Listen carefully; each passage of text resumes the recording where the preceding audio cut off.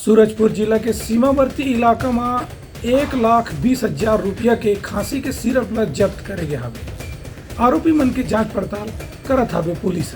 Surajpur police दो आरोपी मन के पास से 1,20,000 रुपए मूल्य के नशीला कफ सिरप बरामद करे है।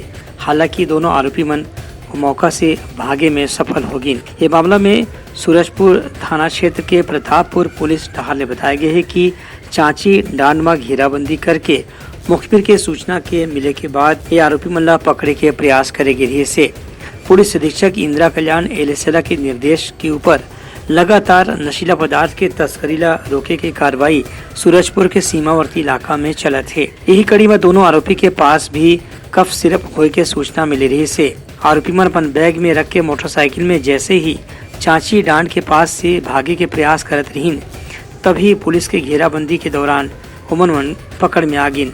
लेकिन ऐन मौका में उमन दोनों मोटरसाइकिल चालक और खरसंगवारी भागे में सफल हो गए। पुलिस अधिकारी मन के कहना है कि आरोपी मन पकड़े पर पूरा जिला के सीमावर्ती इलाका में नाकाबंदी कर दे गए है। एक कार्रवाई में प्रतापपुर के थाना प्रभारी किशोर केरकेट्टा और उनकर साथी जवान और हवलदार मन सक्रिय रूप से शामिल रहीन। ब्यूरो रिपोर्ट उतलंगा न्यूज।